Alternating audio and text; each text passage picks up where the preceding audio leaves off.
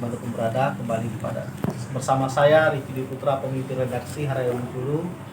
Di depan saya sudah ada sosok yang selalu digadang terdepan dalam penanganan COVID. Beliau adalah Kadinkes Provinsi Bengkulu, Kepala Dinas Kesehatan Provinsi Bengkulu, Bapak Haji Herman Antoni. Selamat siang, Pak Kadis. Siang, Pak. Iya, beliau pengalamannya dalam dunia kesehatan sangat luar biasa. Sebelum di provinsi, beliau pernah duduk di Kadinkes di kabupaten, Pak ya, Pesaraya, kemudian di kota, kemudian berjenjang ke Provinsi Bengkulu. Tentunya tidak dilakukan lagi. Di samping rekan saya seperti biasa ada Pak Heru, beliau Bang Heru. Kalau Pak Heru dia marah Pak Kadis. Iya, Bang Heru ya. Bang Heru.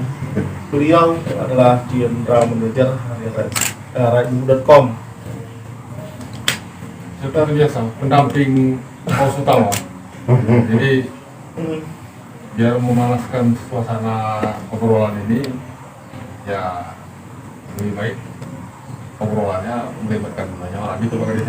Ya, betul. Jadi boleh ini buka ini karena jaga jarak, buka masker. Jadi Pak Kadis, COVID akhir-akhir ini kembali naik. Kalau tidak salah 3.000 sekian ya Pak Kadis. Ya. Januari sampai Februari, Februari kemarin. Hampir tembus di angka 4.000-an. Kemudian yang isolasi mandiri sekarang sekitar 3.000-an. Berapa kali? Kira-kira penyebabnya apa Pak Kadis? Ya, terima kasih ya rekan-rekan kami dari media, khususnya media online dari Layar Bengkulu, .com Dan juga Koran RB ya yang berkunjung ke Dinas Kesehatan pada siang hari ini ya dalam rangka bincang-bincang lah ya, Santai Pak. santai ya terkait dengan kondisi penanganan COVID pada saat ini.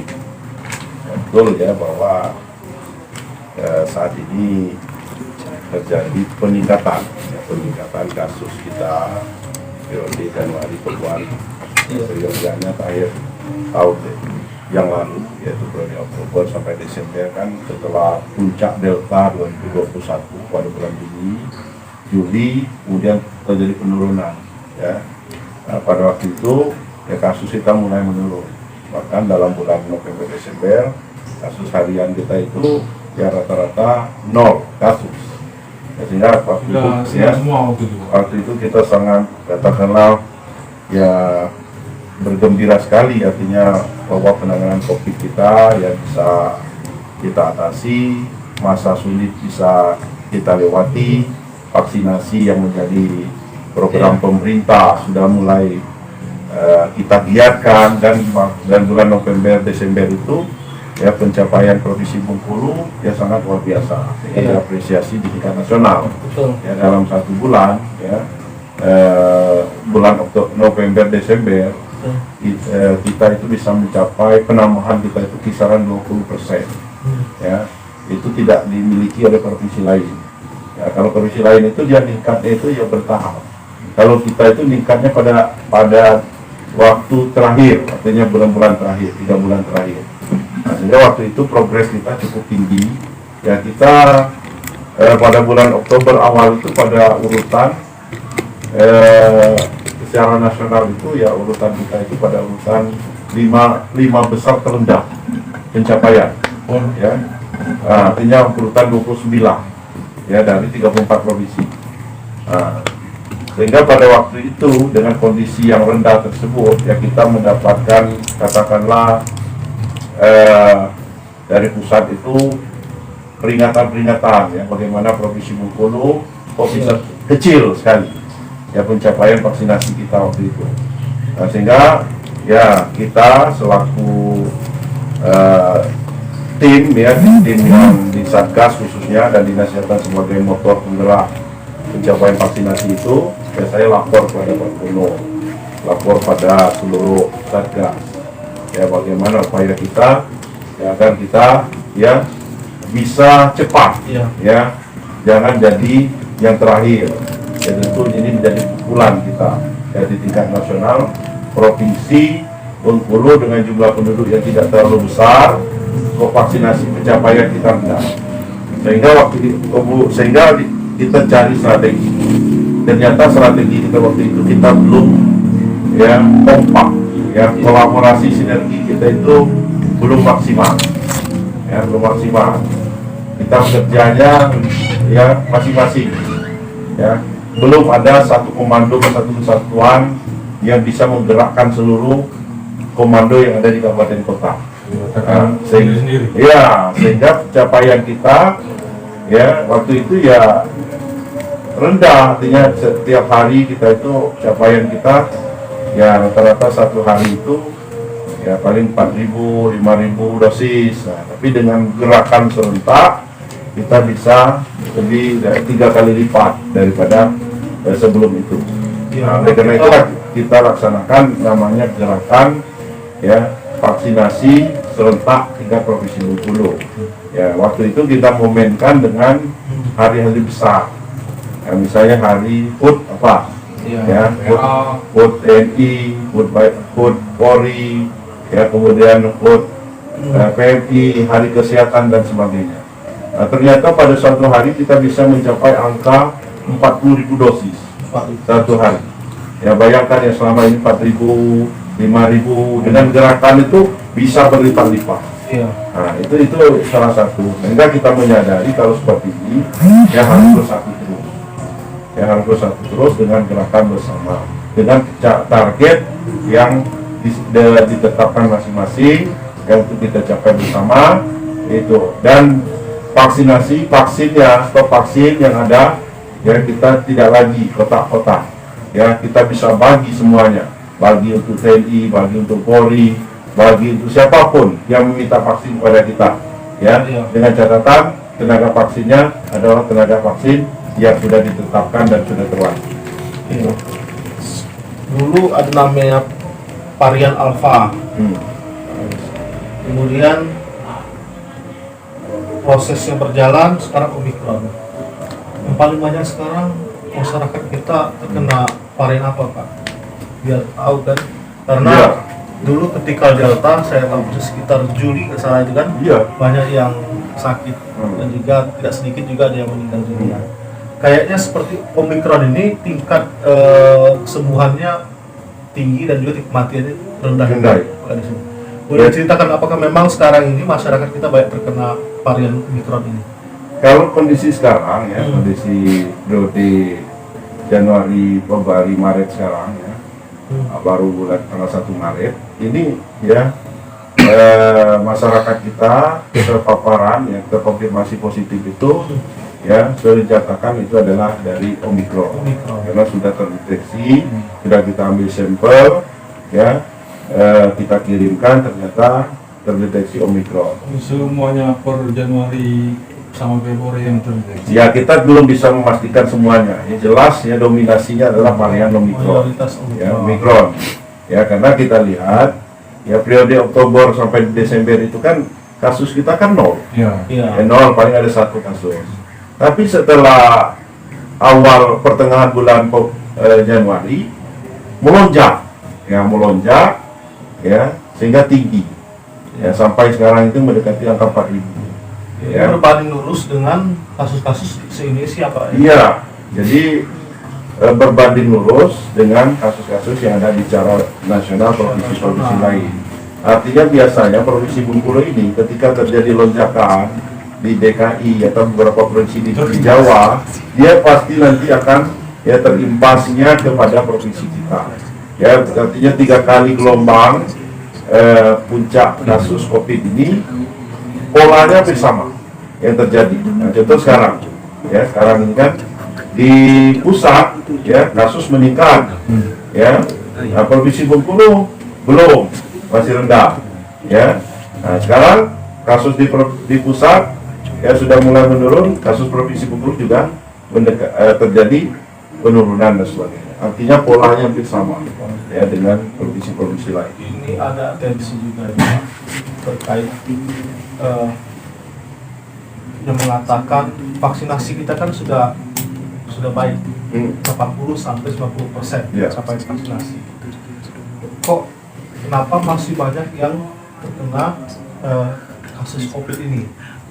Apa penyebabnya, Pak? Sementara mereka kan ada yang sudah kena vaksin, sudah vaksinasi, bahkan ada Pak sudah masuk ini 1, 2, dan 3. Ternyata ketika ada Omicron ini kembali mereka terdampak kasus COVID ini. Apakah memang untuk vaksinasi ini ada kedaluarsaannya di dalam tubuh kita, aktifnya itu? Kemudian kekebalan tubuh kita apakah ada waktu yang besar? Ketika kita vaksin ini berlaku hanya 6 bulan. 6 bulan tersebut kembali vaksinasi kembali. Penjelasannya seperti apa ini, Pak Kadis? Banyak sekali pertanyaan ini. Karena di luar anekdotnya gini berkembang. Apa?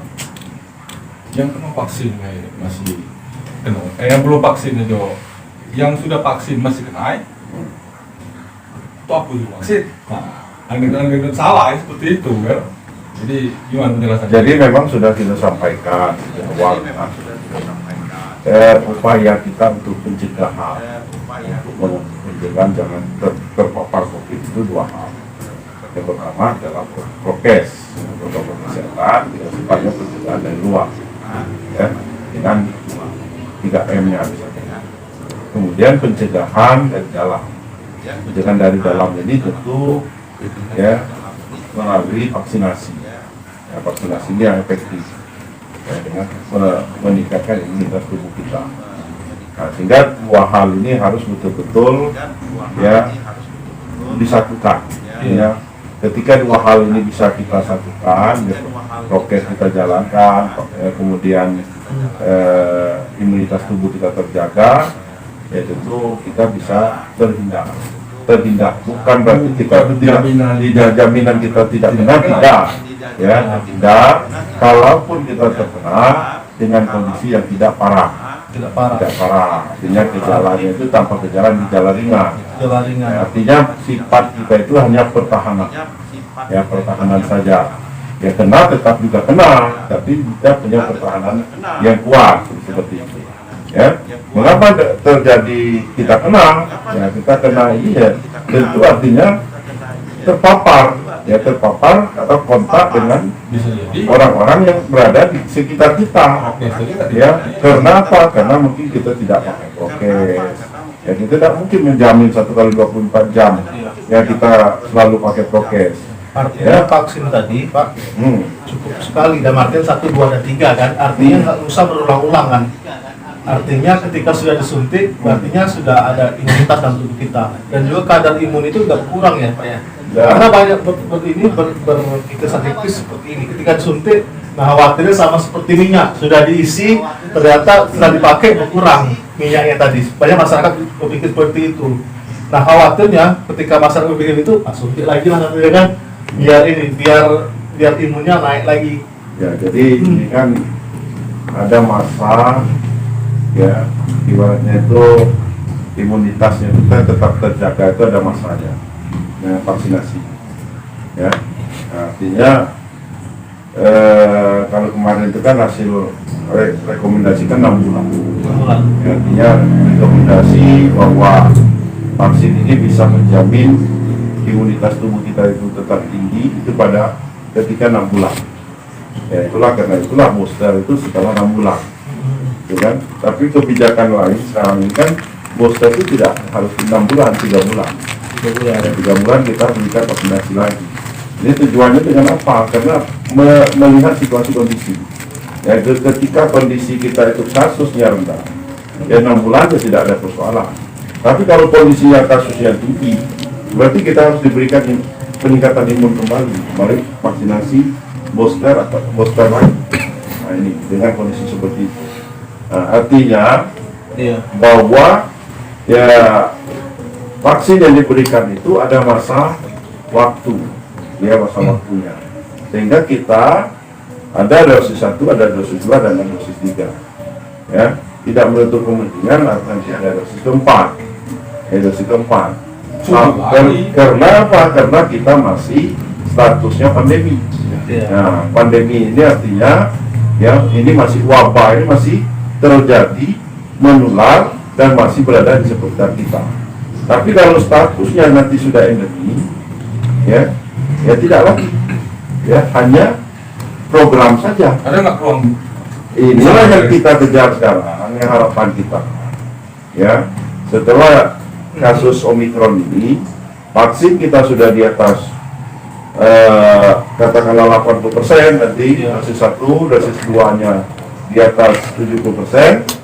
Ya kita bisa meyakini bahwa kekebalan komunitas kelompok masyarakat itu sudah terjamin. Ya, nah ini yang dikejar pemerintah itu menjamin ya bahwa masyarakat itu secara kelompok komunitas ya sudah punya kekebalan secara komunitas. Nah, ini yang dikejar. Kalau ini sudah terpenuhi, ya nanti pemerintah akan membuat kebijakan. Sudah, ini adalah flu biasa sehingga tidak perlu lagi ada vaksinasi. Ya, sekarang juga ini perlu pencerahan juga ini Pak Kadis terkait dengan masih banyak masyarakat yang enggan vaksinasi. Salah satunya itu karena termakan isu yang tidak baik. Misalnya isu ketika disuntik lumpuh kan kemarin kan sempat diperluas. Kemudian setelah divaksin kepala tubuhnya imunnya terus menurun, sakit. Mungkin perlu pencerahan. Seperti apa Pak Kadis menyikapi fenomena sosial ini yang berkembang di masyarakat? Karena khawatirnya makin banyak masyarakat kita terutama yang di desa-desa yang tidak mau divaksin. Ya, itu kan salah satu hambatan tantangan kita ya, dalam program vaksinasi. Ya, sejak awal begitu program ini akan katakanlah di launching ya, itu sudah mulai ya perlawanan ya, berita-berita yang menghambat, menyesatkan itu dan sebagainya tidak mulai keluar, yang sudah dikeluarkan. Jadi ya dengan kondisi sekarang media yang terbuka, orang bisa mengakses setiap hari informasi-informasi, inilah langkah-langkah ya yang menjadi tantangan kita tadi. Ya, nah, tetapi tentu ya kita berupaya memberikan edukasi ya kepada masyarakat yang sebenarnya secara program, secara ilmiah dan sebagainya. Ya, tentu tidak cukup hanya dengan sebatas kita menyampaikan pesan-pesan tersebut. Ya, ini tentu harus masih melibatkan semua leading ya, semua sektor. Ya, siapapun bisa ikut membantu kita mensosialisasikan. Ya, terutama pemerintah, ya, media yang juga sangat penting. Ya, kalau media ini ikut juga menyebarkan hal tersebut, masyarakat mudah terprovokasi. Tapi kalau media ya memberikan edukasi yang katakanlah penjelasan yang bisa dipahami, ya, mereka juga akan segera ya berbalik biasanya. Nah, oleh karena itulah kita akan kolaborasi pentahelik ya, pemerintah, swasta, masyarakat, pers, ya tokoh-tokoh masyarakat itu juga sangat membantu kita dalam mengedukasi masyarakat kita ini. Ya alhamdulillah ya berkat ya upaya kita bersama ya pencapaian kita sudah cukup tinggi ya, sudah 88% itu dosis 1. Ya kalau termakan dengan isu itu mungkin tidak tercapai seperti itu ya, tetapi memang juga dalam pelaksanaannya ya ada juga dengan strategi ya, strategi misalnya ya masyarakat kita kan ada yang mendapatkan bantuan sosial, jadi melalui strategi pemerintah daerah mengeluarkan surat edaran ya, agar ketika urusan pelayanan publik, urusan pelayanan bantuan sosial harus menunjukkan vaksinasi dan sebagainya. Itu juga strategi pemerintah. Ya, di samping juga ya strategi yang lain, misalnya menyediakan sembako. Ya, itu juga strategi yang menyediakan sembako kepada masyarakat. Ya, iya, walaupun memang kita belum bisa mencapai angka 100%. Ya, karena program ini memang ya namanya program vaksinasi itu kan butuh waktu. Ini dalam waktu singkat Ya, 1 tahun harus mengejar angka 100%. Ya, gitu. Tapi kita memang harus akui di tangan beliau keberhasilan itu tampak. Capaian vaksinasi tadi disampaikan 80% ke atas Pak ya. Ya. Kemudian vaksinasi kedua, sekarang juga kemudian melakukan vaksinasi ketiga. Dan juga beliau juga sedang mencanangkan untuk terus menggencarkan vaksinasi untuk pelajar dan juga lansia Pak. Lansia. Betul, ya. Pak, kalau seandainya nih Pak, ke depan ada varian baru lagi setelah Omikron, kira-kira langkah dari Dinas Kesehatan untuk mengantisipasi munculnya varian-varian baru?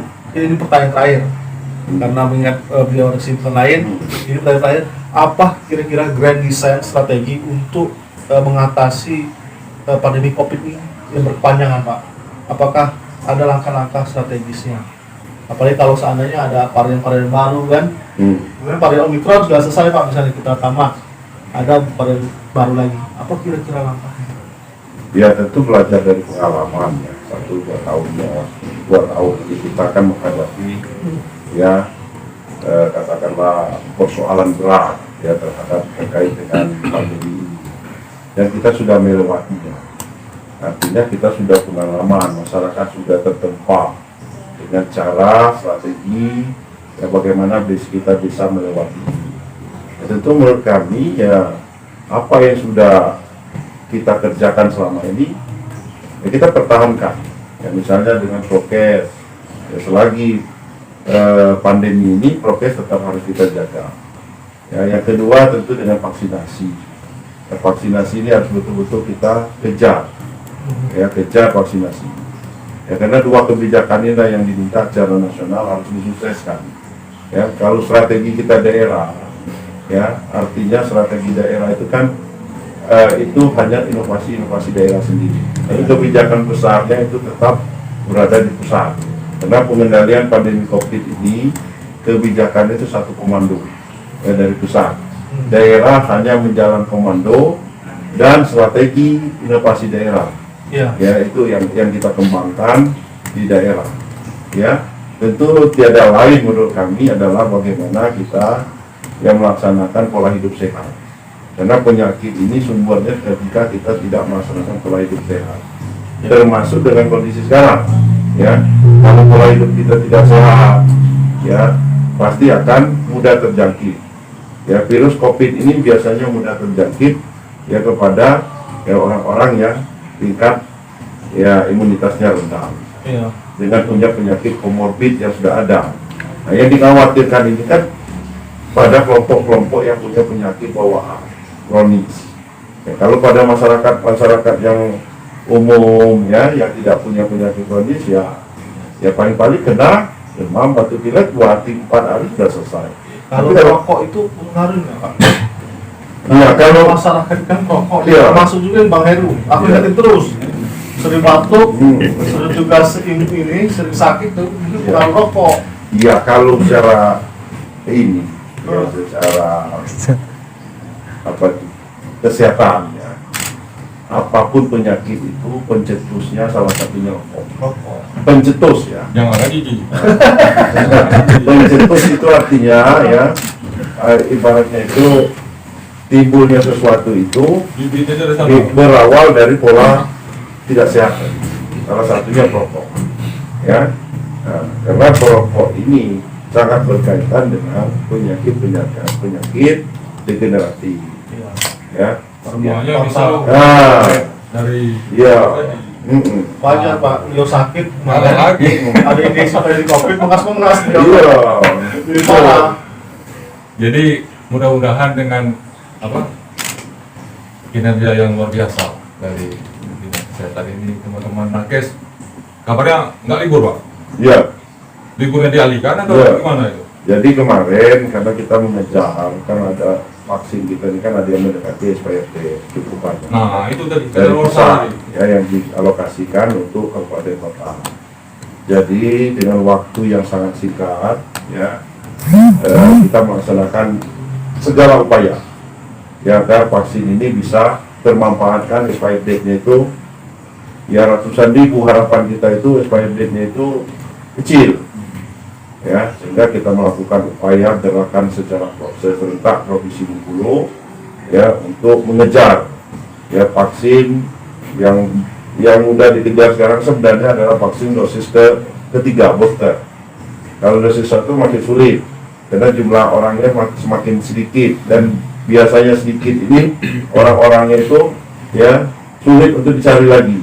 Biasanya orang-orang yang mungkin berada di daerah-daerah di desa yang jalan atau di kebun misalnya, atau orang-orang dengan penyakit komorbid atau dengan penyakit yang bawaan, sehingga dia ketika divaksin tidak lolos screening misalnya. Jadi kelompok-kelompok ini kan sangat sedikit sekali. Ya, kalaupun kita kejar door to door dan sebagainya, ketemu. Tapi ketika kita mau screening, ternyata dia tidak layak. Ya, nah ini yang kebanyakan yang sudah kepada kelompok-kelompok ini. Nah, jadi itu. Mungkin ini Pak, ingat waktu pesan dan pesan untuk masyarakat Provinsi Bengkulu. Jadi kita berpesan ya kepada masyarakat Provinsi Bengkulu ya agar kita ya dapat berakhir COVID-19 ini, apapun variannya, sekarang varian Omicron, ya tentu kita sama-sama ya agar dapat menjalankan apa menjadi kebijakan program pemerintah. Yang saat ini ya upaya kita adalah dengan protokol kesehatan, patuhi penggunaan masker, ya kemudian jangan terlalu takut berlebihan, tetapi harus disiplin, ya kemudian yang kedua tentu ya bagi yang belum divaksin segera divaksin, bagi yang sudah divaksin yang sudah divaksin 1 belum ke vaksin 2 silakan vaksin 2-nya divaksin, ya bagi yang belum mendapatkan vaksin 3 silakan manfaatkan, ya. Nah inilah ya ini yang diharapkan ya, kalau semuanya nanti sudah tervaksin sehingga akan terbentuk lain namanya ya kekebalan komunitas. Ya, kita sekarang ini mengejar kekebalan komunitas itu.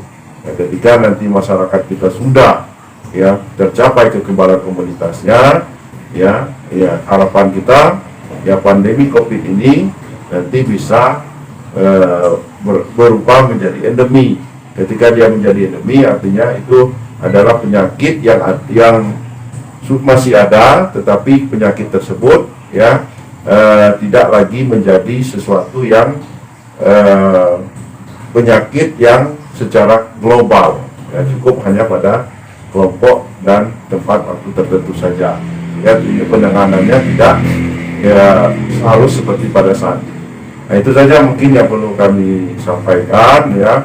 Ya terima kasihlah kepada semua, kami jajaran kesehatan tidak bisa bekerja sendiri ya selama pelaksanaan penanganan COVID ini semuanya sangat dibantu ya, baik pemerintah, media ya juga gencar menyampaikan pesan-pesan, informasi-informasi yang sangat mendidik masyarakat kita ya untuk berperilaku hidup bersih dan sehat, terutama ketika COVID ini terjadi dan juga semakin gencar ketika terjadi peningkatan kasus COVID ini.